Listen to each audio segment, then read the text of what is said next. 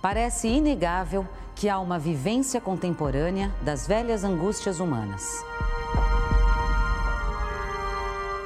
E mais inegável ainda é a existência de remédios contemporâneos para estas vivências. Quem se coloca na posição de paciente, se debatendo com os sintomas do nosso tempo, delega aos clínicos a responsabilidade pela cura de seu sofrimento.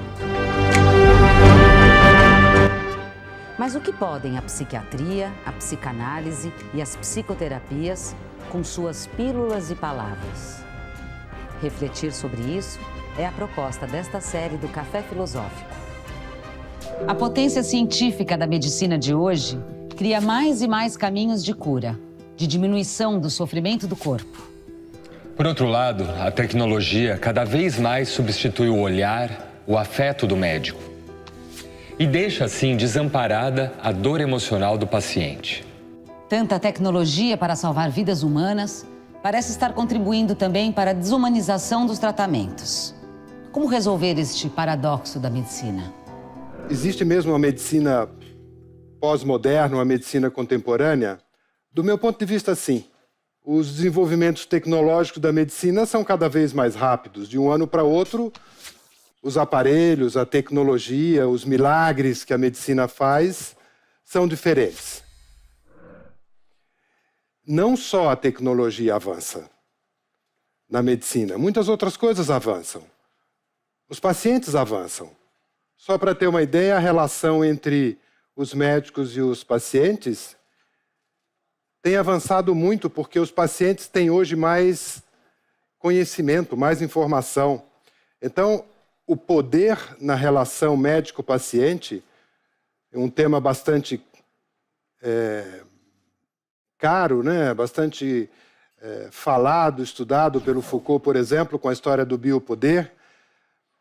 Parece que esse poder migra um pouquinho, ele está se deslocando e se desloca em direção ao paciente. A posição do médico em relação ao paciente já não é a mesma. Se antes uma pessoa procurava o médico, era uma consulta mesmo. Eu tenho isso, por favor, me diga qual é essa doença e o que eu trato. Hoje, por causa do acesso à informação médica, o paciente, ele já pergunta um pouco diferente. Ele fala, doutor, eu acho que eu tenho isso e acho que o tratamento é esse. O senhor concorda? Então, de um consultor, virou um autenticador. E cada vez mais vai ser isso. E essa mudança de poder, ou de conhecimento é poder, né, também implica que talvez o médico tenha que conversar mais com o seu paciente. Porque o paciente tem informações, podem ser até erradas. E até para corrigir isso, digamos assim, vai ser preciso que o médico desenvolva uma habilidade melhor de comunicação. Hoje, a medicina está dotada de um poder autoritário, com funções normalizadoras que vão bem além da existência das doenças e da demanda do doente. Tudo o que garante a saúde do indivíduo, seja a salubridade da água, as condições da moradia ou o regime urbanístico, é hoje um campo de intervenção médica. Na situação atual, o diabólico é que cada vez que se quer recorrer a um domínio exterior à medicina, descobre-se que ele já foi medicalizado. A antimedicina só pode contrapor à medicina fatos ou projetos revestidos de certa forma de medicina.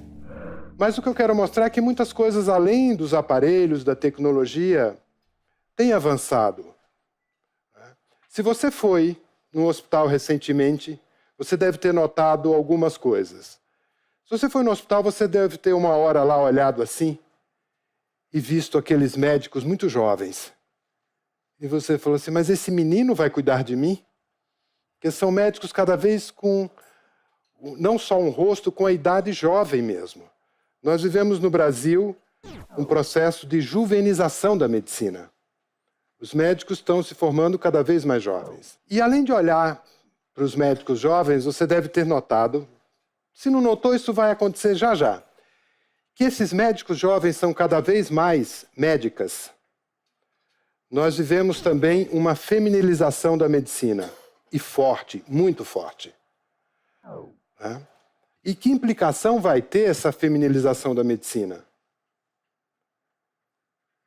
Será que vamos ter uma medicina mais humana porque temos mais médicas do que médicos? Então, além dessa juvenização, dessa feminilização, se você também não foi num hospital, mas precisou procurar a medicina num consultório ou no exame, ficou doente por alguma forma, você vai concordar comigo de que a medicina pode ser criticada em muitas coisas, menos em uma. Não há razão, não vejo acontecer críticas à eficácia da medicina, do ponto de vista biológico. Ela é cada vez mais eficiente.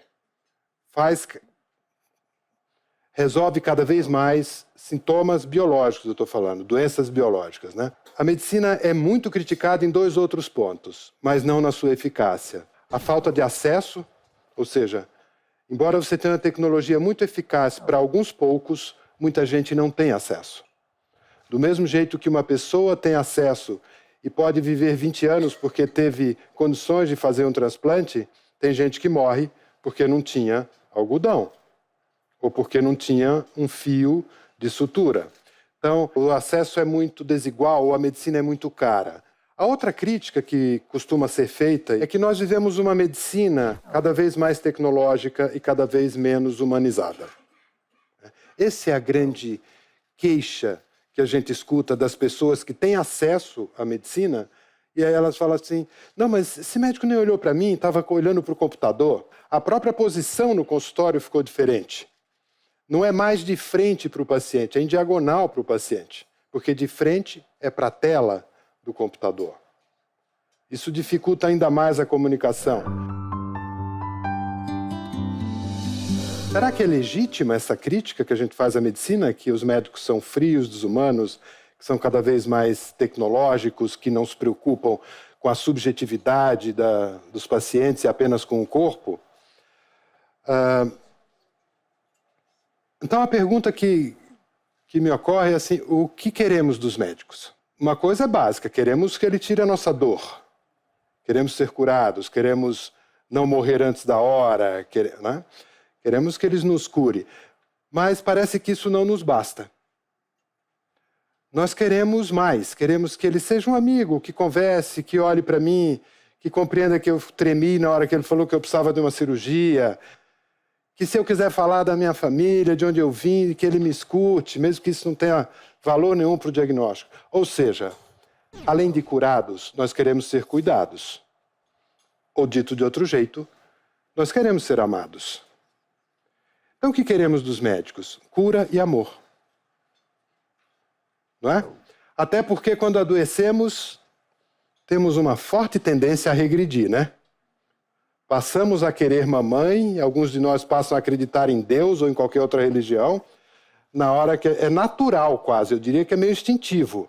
Então é claro que quero alguém que cuide de mim, que me ame quando eu adoeço. Mas afinal, meu irmão, há pessoas tão sábias e tão inteligentes quanto vós, e vemos que no mal-estar todos apelam para os médicos. É um traço da fraqueza humana e não da verdade de sua arte. Mas é preciso que os médicos achem o seu ofício verdadeiro, já que o utilizam para si mesmos. O vosso senhor Purgon, por exemplo, é um homem de todo médico, da cabeça aos pés. Um homem que acredita em suas regras mais do que em todas as demonstrações da matemática e que acharia um crime querer verificá-las. É a nossa inquietude, a nossa impaciência que tudo estraga. E quase todos os homens morrem de seus remédios e não de sua doença. Então tá bom, nós queremos ser curados e ser amados. Perguntamos para os médicos se eles têm isso para dar? Nós queremos. Será que eles têm para dar? Que eles querem? Será que é isso que eles querem nos dar? É isso que eles estão aprendendo na faculdade? Ou os médicos estão naquela situação de não ter amor e ter que ter amor para dar? Não estaríamos nos transformando em pacientes histéricos em frente a médicos obsessivos?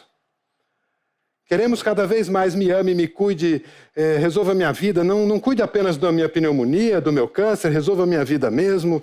Me ame, me cuide, me faça suportar essa dor. Para médicos cada vez mais obsessivamente centrados no corpo. Que não, eu só vou cuidar do seu tumor. Eu vou transplantar a sua perna e pronto.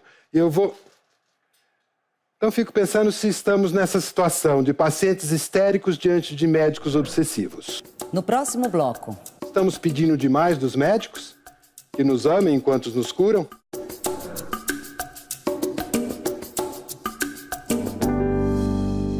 Eu juro, por Apolo, médico, por Esculápio, Igéia e Panaceia, e tomo por testemunhas todos os deuses e todas as deusas, cumprir, segundo meu poder e minha razão, a promessa que se segue.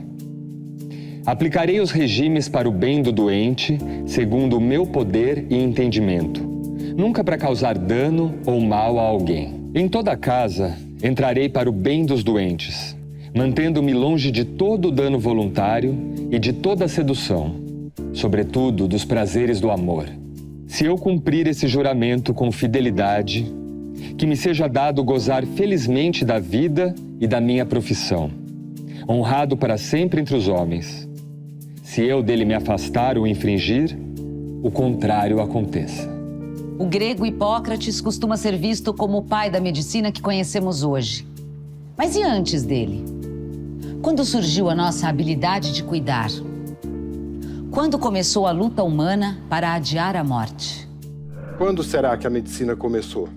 Não acho que a medicina comece com Hipócrates. Ela começa muito antes, né? Então, antropologicamente falando, né? Quando é que começa algo que a gente possa dizer, aqui nasce a medicina? Então eu pensei nisso, deve ter sido quando o primeiro animal cuidou de um outro animal que estava doente. E até onde eu sei, o ser humano é o único animal capaz de fazer esse gesto. Ou você conhece algum animal que cuida de outro quando adoece? Não tem. Veja, não estou falando de uma mãe que cuida de um filhote. Isso não é medicina, isso é cuidado materno. Os cachorros lambem suas patas quando se machucam, os gatos comem determinadas plantas quando adoecem, mas isso é instinto, isso não é medicina. A medicina nasce quando alguém fez um gesto, e um gesto amoroso, concordem, não é? Para cuidar de um outro que adoeceu. Não é cuidar de si é instintivo, não é disso. Então, a medicina para mim nasce aí. E eu fui atrás ver se algum animal tinha isso. Não tem. A coisa que mais se aproxima são de alguns animais domesticados, caseiros, que cuidar do outro que adoece não faz parte da natureza. Então, a medicina passa a ser uma daquelas coisas que nos diferencia, nós humanos, dos outros animais. Tem certas coisas que só os humanos fazem. A linguagem elaborada, não é? Enterrar os mortos, cozinhar e a medicina. Então, é um ato amoroso e que nos humaniza. É uma das marcas da humanidade, a medicina. Mas será que então nesse animal humano, esse gesto de cuidar do outro que adoece é instintivo? Isso para os estudantes de medicina também é uma pergunta muito interessante. Por que você quer fazer medicina? Né? A resposta que eu encontro no primeiro ano é porque eu quero cuidar dos outros. E essa resposta é muito interessante, ela vai mudando ao longo do curso. Mas ficando na primeira, porque eu quero cuidar dos outros. Aí a pergunta é, cuidar do outro é uma coisa instintiva no ser humano, cuidar do outro que adoece? Seria muito bonito dizer que sim, que nós carregamos dentro da gente um impulso que nos faz cuidar do nosso próximo que adoeceu, né? E que por isso a gente resolve estudar medicina. Mas será que os fatos sustentam essa posição? Não. Cuidar do semelhante doente não é um instinto. matar o doente é uma resposta, antropologicamente, tão frequente quanto cuidar. Muitos animais matam os filhotes doentes. Quem tem cachorro já viu isso acontecer. Historicamente, separar os pacientes em manicômios, em leprosários, também foi um jeito de afastar, de não cuidar. Para mim, isso foi chocante quando comecei a estudar essas coisas, de me dar conta de que o movimento humano de cuidar do adoentado não é instintivo, não está no nosso gene. Porque muitas vezes, historicamente, não fazemos. A natureza, que seria o que está no gene, está mais preocupada em preservar a espécie do que o indivíduo. E muito menos se esse indivíduo for um indivíduo doente, fraco biologicamente. Aí significa que nós, seres humanos, somos uma espécie que estamos tendo um comportamento que rompe com a seleção natural. Não é isso? E aí eu já fiquei pensando, isso pareceria uma fraqueza, mas olha que interessante.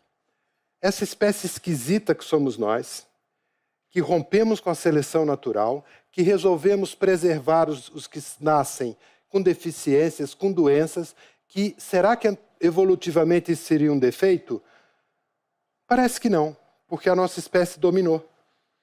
Dizimamos outras espécies, colonizamos o planeta. Do ponto de vista evolutivo, se você pensar de sobrevivência, é um sucesso. Então, uma espécie esquisita que rompe com a seleção natural deu certo. Que importância tem eu estar falando tudo isso aqui, que a medicina não é um instinto? Para o seguinte, que se o ser humano escolheu cuidar do outro doente, foi uma escolha.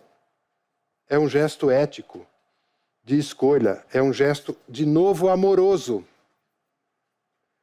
A medicina vai se mostrando, então, pelo menos no seu nascimento, amor. A medicina é erótica. Não confundam com sexual ou sensual. É erótica no sentido de que é uma manifestação de eros. É uma manifestação de amor, nesse sentido e num outro. Agora, num jeito mais freudiano de falar, o Freud, num dos seus grandes conceitos, identificava dois impulsos no ser humano, que não são instintos, né? São as pulsões de vida e de morte que não pode se confundir com o instinto. São um pouquinho mais elaboradas e menos biologicamente determinadas. Que ele dizia, temos um impulso de vida, representado por Eros, que é aquilo que organiza, que pega coisas separadas da natureza e organiza a ponto de produzir a vida. A vida é a organização de materiais inorgânicos que passam a ser orgânicos. Isso é Eros. Ao mesmo tempo, há um outro impulso, que é o impulso de desorganizar, de voltar ao limite de voltar à organização mais simples, que é o Thanatos, que é o impulso de morte, que é a entropia. Vejam que a medicina é uma luta de Eros contra Thanatos. Somos nós tentando manter aquela organização frágil chamada vida contra esse impulso que a própria vida, que a própria biologia tem para chegar na morte. Porque tudo que é vivo tende para a morte. Depois de muito hesitar e vacilar, decidimos presumir a existência de apenas dois instintos básicos: Eros e o instinto destrutivo. O objetivo do primeiro é estabelecer unidades cada vez maiores e assim preservá-las. Em resumo, unir. O objetivo do segundo, pelo contrário, é desfazer conexões e assim destruir coisas. No caso do instinto destrutivo, podemos supor que seu objetivo final é levar o que é vivo a um estado inorgânico. Por essa razão, chamado também de instinto de morte. Essa é a leitura freudiana, né? Então, a medicina seria a luta de Eros contra Thanatos. Eros nos guia durante toda a jornada, que no final Thanatos vencerá, inexoravelmente. Não é? Vencerá no final, notem bem, não antes. A medicina não é a luta para não morrer. Pelo menos até aqui. Talvez daqui para frente a gente entre nessa viagem. Mas é a luta para que Thanatos não vença antes da hora. Que Thanatos não vença prematuramente, porque que ele vencerá não há dúvida. Não dizem que os animais, que o animal humano é o único que tem consciência da sua morte, que ela virá, e que disso advém o nosso melhor e o nosso pior, que é a partir dessa angústia, desse vazio, que nós fazemos tudo o que fizemos. A cultura, a linguagem, tudo mais. Né? Dizem isso com muita frequência. Fica faltando dizer que nós somos também o único que resolveu lutar contra esse Thanatos de uma forma organizada chamada medicina. Então é nesse sentido que a medicina é erótica. O pai da medicina é Eros. Hipócrates é o sistematizador da medicina racional, isso sim. Então isso já nos ajuda a responder aquela pergunta. Estamos pedindo demais dos médicos que nos amem enquanto nos curam? Não. Faz parte do serviço deles. Talvez os médicos contemporâneos e modernos tenham se esquecido disto e acham que o serviço deles é apenas curar o corpo. No próximo bloco. Mas aí vem a grande prepotência e fica quase um sócio de Deus, porque diz assim, eu consigo com esse corpo quase corrigir os erros de Deus.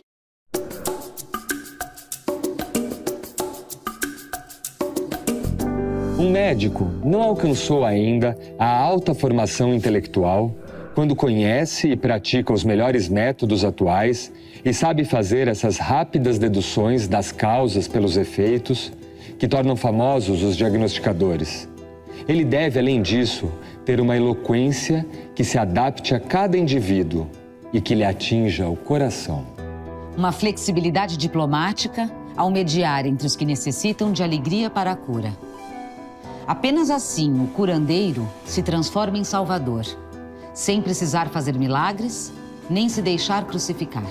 Para ser médico, você precisa de duas competências. Há que ter uma competência biológica ótima. Precisa entender de anatomia, fisiologia, bioquímica, farmacologia, muito.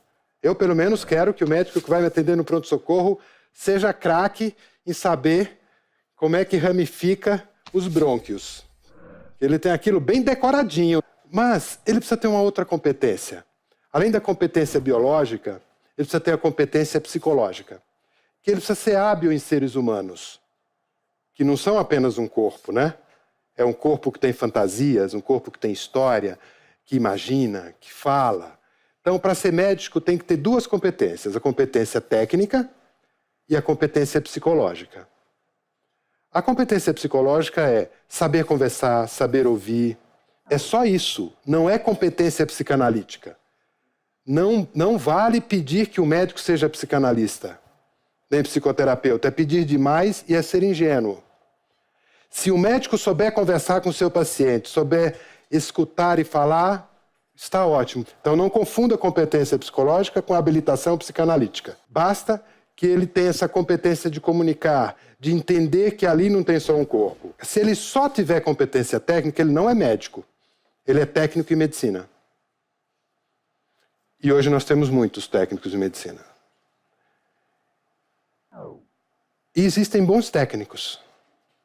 E existem algumas pessoas que gostam e se satisfazem com os técnicos. Eu mesmo, de vez em quando, certas horas, quero só um técnico. Não vem com conversa, faz logo esse negócio aí que eu quero ir embora. Mas eu fico achando que quando a gente quer só o técnico, né, dizem que deve ser negação da doença.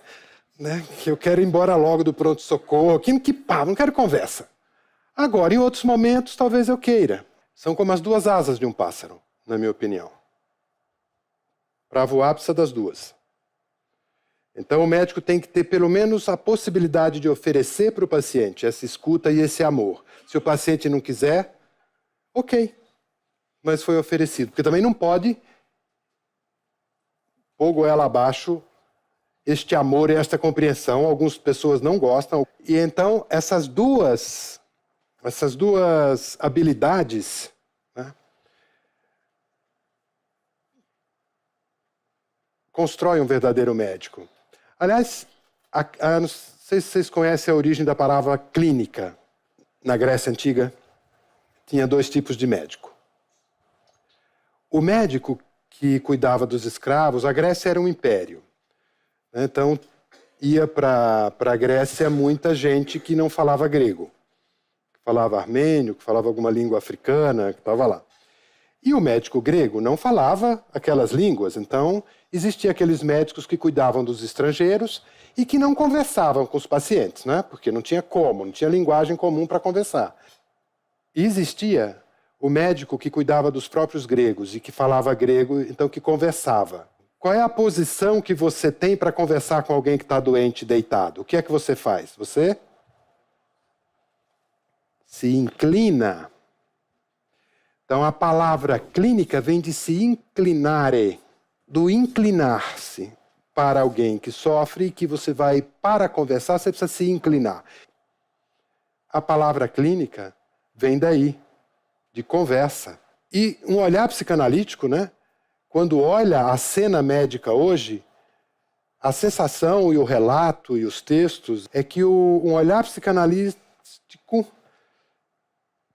se escandaliza com a medicina que vê. Porque tem um grande escândalo ali. Qual? A pessoa sumiu, só tem um corpo.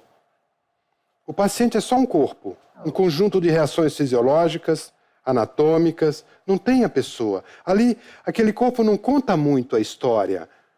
Se é casado, se é solteiro, se está triste, se está alegre. A medicina se organizou de um jeito onde a pessoa, a subjetividade, está excluída. Isso é o grande escândalo que um olhar psicanalítico se dá conta quando analisa a medicina contemporânea. Ela é muito tecnológica. Né? Então, e a tecnologia está tornando a medicina uma medicina de imagem e não uma medicina da fala. Hoje, cada vez mais, os médicos precisam apenas do corpo presente do paciente. A fala do paciente, que às vezes ainda é importante porque tem a queixa, doutor, eu vim aqui porque está doendo tal lugar. Pronto, para o médico, você pode calar a boca que o resto ele vai fazer. E vai fazer bem, do ponto de vista biológico. Ou vocês acham que uma conversa sobre o tipo de dor de estômago substitui uma endoscopia? O médico tem que perguntar, dói quando você come tomate ou bolacha?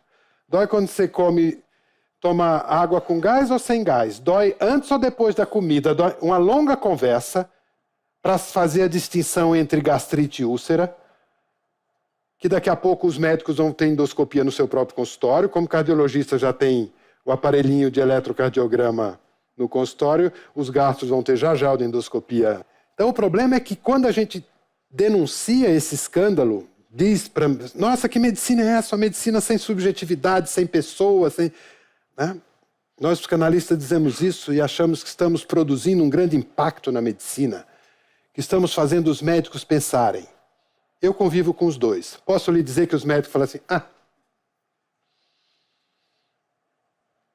não, isso não é uma crítica que incomode muito aos médicos, sabia? Porque o que eles pensam é assim, tudo bem, pode falar isso aí, eu quero saber se eu estou curando. O médico foi ao mesmo tempo mais humilde e ao mesmo tempo mais prepotente quando ele fala assim, eu vou cuidar só do corpo. Então, humildade no sentido de que eu não posso, não tenho instrumentos, não consigo fazer as duas coisas juntas, de cuidar dessa subjetividade toda. Isso seria um gesto de humildade.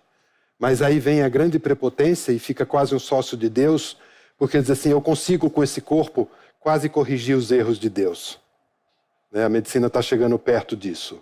Os médicos dizem assim, peraí, calma com essa história aí de subjetividade. Vamos fazer o seguinte, eu vou deixar entrar aqui na cena hospitalar um sujeito chamado psicanalista, que pratica um negócio chamado psicologia hospitalar. E vamos combinar, eu cuido do corpo e ele cuida da alma. Tá bom assim esse arranjo? Que tal? O doutor Felipe, residente do terceiro ano, residente de cirurgia, entra no quarto da dona Maria, tirar os pontos da vesícula de uma gastrectomia que ela tinha e tal. E ela está muito emocionada porque finalmente vai tirar os pontos. Ela demorou no SUS 2 anos para conseguir a cirurgia. Está feliz, está com dores, mas está feliz e fala: ai, doutor, eu queria lhe agradecer. Sabe, o senhor foi tão importante. Eu queria lhe dizer que desde faz tantos anos, agora eu sei que eu vou poder ter alta e ir para casa. Aí ela começa a se emocionar e chorar. Sabe o que o doutor Felipe pode fazer? Espero que não faça, mas alguns fazem. Dona Maria, quando ele vê Dona Maria começando a chorar: espera aí um pouquinho, só um pouquinho. Deixa eu tirar o ponto aqui, que a menina da psicologia está ali no corredor para vir falar com a senhora. E é menina porque na psicologia também as mulheres... né? Será que esse arranjo está bom? Os médicos se autorizam cada vez mais a serem biomédicos, técnicos em medicina, porque agora nós introduzimos no hospital um especialista em subjetividade. Para os psicólogos é ótimo, e para os psicanalistas. Abriu o mercado de trabalho. Eu não sei se nós estamos conseguindo humanizar a medicina ou autorizar os médicos a serem técnicos sem nenhuma culpa. Mas, enfim, o que eu quero mostrar é que este é um dilema da medicina contemporânea. O que fazer com a pessoa? Quando o médico adoece, aí então ele conhece o lugar dos seus pacientes. Mal fechei os olhos, o quarto foi invadido por um batalhão de enfermeiras e auxiliares perguntando-me se apresentava alguma alergia, queixa cardíaca, pulmonar, urinária ou digestiva. Enquanto respondia a uma delas, outra instalava o aparelho de pressão no meu braço e uma terceira colocava o termômetro e enlaçava a pulseira de identidade. Um técnico de laboratório passou um garrote para colher sangue e ligar o frasco de soro. Vou dar uma picadinha. Foi o primeiro de uma série de diminutivos que viriam a ser pronunciados. O emprego do diminutivo infantiliza o cidadão. Deitado de camisola e pulseirinha, sem forças para agir por conta própria, cercado de gente que diz: vamos tomar um remedinho, abre a boquinha, levanta a perninha. Há maturidade que resista? Talvez existam momentos em que realmente a subjetividade não tenha muito lugar no hospital. Vou contar uma cena. 7 horas da noite de uma quinta-feira, você está com um amigo, aí ele começa a ter uma dor no peito, porque ele estava contando para você que a vida está difícil, que ele está desempregado, que ele acabou de brigar com a mulher porque a filha está grávida, e a mulher ficou falando que ela está grávida porque ele não foi um pai presente, e que ele começou a discutir com ela, e que aí que ele começou a passar mal, e está doendo, e um aperto aqui no peito, e não sei o que, e vai para o pronto-socorro. Quando esse paciente chegar no pronto-socorro, e o médico vai perguntar: o que está acontecendo? Ele vai falar: está doendo, aonde? No peito, aonde? Aqui. De que mais? Ah, doutor, irradia aqui para o braço esquerdo. Que mais? Está faltando ar. Pronto. Dali para frente o médico não escuta mais. Ele fecha os ouvidos e vai tomar a conduta, que será acertada. Oxigênio, monitoração cardíaca, colher exames para ver se as enzimas indicam infarto. E me diga, seja sincero, que diferença faz para este diagnóstico e essa conduta, que ele está suspeitando que seja infarto, né? Se a briga que o paciente teve em casa foi porque ele estava desempregado ou porque ele brigou com a mulher que disse que ele não tomou conta direito para a filha? Faz diferença? Para o médico? Não faz. E, sem hipocrisia, vai ser eficaz do ponto de vista biológico. A questão é: o ponto de vista biológico é tudo o que conta? Naquela hora, talvez. O que eu quero introduzir aqui é que, pelo menos aos médicos, em alguns momentos, eles vão ser técnicos em medicina e estará tudo bem. Que momentos são esses? Geralmente os quadros mais agudos, onde esse jeito que os médicos arrumaram a medicina, de fechar o foco, de dizer meu objetivo é só o corpo, né? Funciona. A subjetividade na cena hospitalar tem hora. Esse mesmo paciente ficou internado, era um infarto, botou o stent, tá tudo bem. 6 meses depois, no consultório do cardiologista. Mas, fulano, você não parou de fumar, não parou de comer doce, não anda, continua gordo. Essa é a hora que a subjetividade vai valer, não vai? De escutar esse paciente, de entender que parar de comer não é tão simples, que andar tem não sei o quê, de como é que vai a vida dele. Será que ele quer mesmo viver? Porque médico trabalha com a ideia que todo mundo quer viver. Para nós médicos é muito difícil aquilo que na cabeça de nós psicanalistas é um pouco mais... que é a ideia de que existe um lado nosso que não quer muito viver. Mas isso é a competência psicanalítica, não acho que dê para pedir isso para os médicos. O que dá para pedir para os médicos é que eles conversem e escutem. Se ele tiver máxima competência psicológica, ele é quem? Que profissional é este? Psicanalista, que faz a mágica de atender qualquer paciente com qualquer doença sem saber coisa nenhuma daquela doença. E faz bem o seu trabalho. Não fazemos nós psicanalistas? Você é capaz de atender qualquer paciente com a doença, com a síndrome de Juliano não sei o quê. Você nunca ouviu falar. Porque para nós, como psicanalistas, não interessa tanto o real do corpo, mas sim como a pessoa simboliza aquele real. Portanto, o que você precisa saber é como o paciente lida com ela. Eu também discuto isso muito com os psicólogos hospitalares, se eles têm que se especializar nas coisas médicas. Não. Já o médico tem que ter as duas competências. Não dá para ter um médico que não converse. Na minha opinião, ele não é médico, ele é um técnico em medicina. Agora, pense um pouco, por que será que a gente tem tantos técnicos em medicina e tão poucos médicos? Já pensou por que será? Será que os médicos são pessoas frias? Não são humanos? No próximo bloco. Na medicina, acha que a emoção do clínico prejudica o jeito de tratar os pacientes. Então, essa é a pedagogia da humilhação.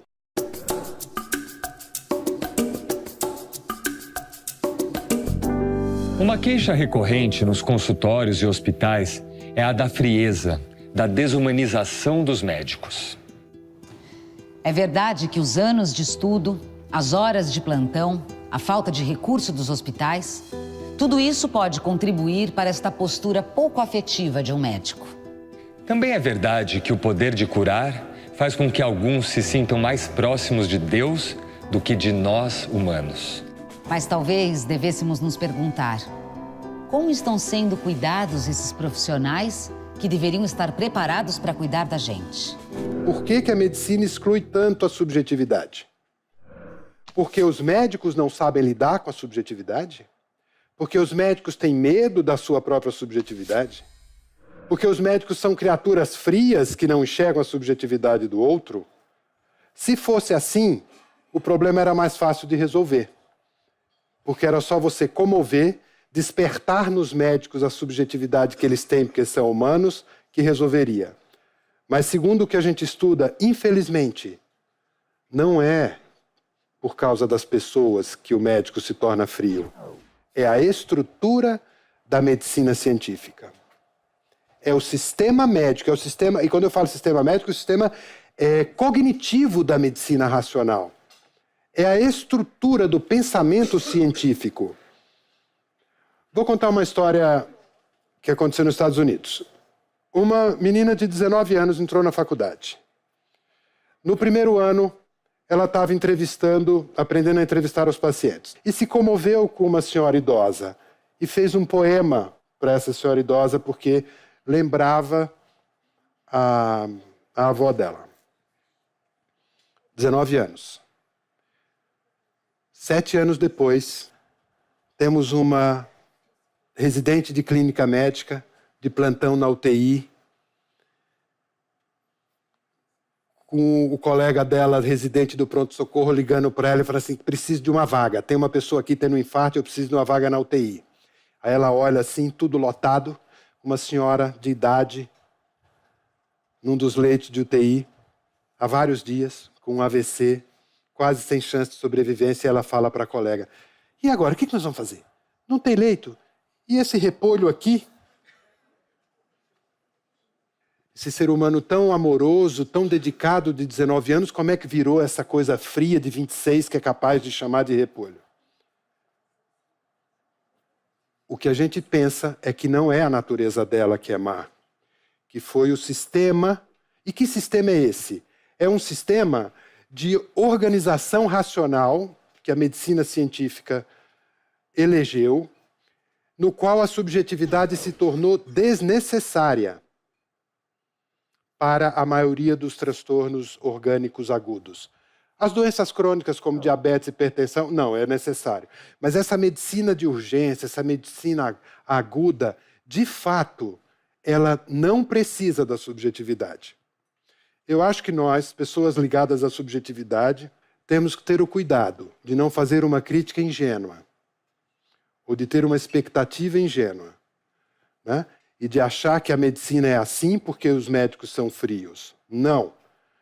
Os médicos não são frios. Eles passam a funcionar de um jeito frio. E posso lhe contar como é que isso é feito. Primeiro, os médicos são formados dentro de uma coisa chamada pedagogia da humilhação. Só para comparar, os psicólogos e filósofos e da área de humanas são formados dentro de um negócio chamado pedagogia da compaixão. Se um psicólogo, quando começou a atender, primeira vez no estágio da clínica, aí está atendendo um paciente, aí vai para a supervisão. Aí começa a relatar o caso, aí se emociona um pouco assim. Aí o supervisor pergunta, o que foi? Ela fala, que ela parece a minha avó. Pare a cena aqui, tá certo? Vamos lá para o 3º ano da faculdade de medicina. Está aprendendo a auscultar um senhor de 70 anos com a pneumonia. E se ele, na metade do que ele estiver auscultando o paciente, ele assim, ficar meio comovido, os olhos encherem de lágrima, aí o professor dele, o supervisor de propedêutica médica, 3º ano de faculdade de medicina, o que foi? Aí ele falou assim, professor, é que lembra meu avô. Parar as duas cenas. Como é que você acha que são as reações? Doutor, quer ser médico? Ou vai fazer filosofia? Só para comparar, o que o supervisor da psicologia diria? Sente-se. Fale mais sobre o caso. Como é isso para você? Aproveite esta vivência disso que vai te ajudar a transformar. Então, na psicologia, a gente acha que a subjetividade do clínico ajuda a tratar o paciente. Na medicina, desde Claude Bernard, lá de 1800 e lá vai pedrada, acha que a emoção do clínico prejudica o jeito de tratar os pacientes. Então, essa é a pedagogia da humilhação. Vocês têm ideia como é o trote de medicina? Hoje nós temos uma campanha para humanizar o trote em medicina, mas é violento, humilhante. Aí começa... Sabe como é a discussão de caso em faculdade de medicina? É o paciente no leito e todo mundo em pé, 3, 4 horas seguidas. Como é em psicologia? Todo mundo sentado na cadeira, falando. Na medicina, a pedagogia da humilhação é assim, ó. O professor pergunta para o aluno, o que esse paciente tem? Dor no abdômen. Hipótese diagnóstica, apendicite. Muito bem. Tratamento do apendicite. Doutor, seu paciente acaba de morrer. Isso na frente do paciente e dos colegas. Quem é o R2? Tratamento, antibiótico-terapia, prévia cirurgia. Pós-operatório, quantos dias de antibiótico?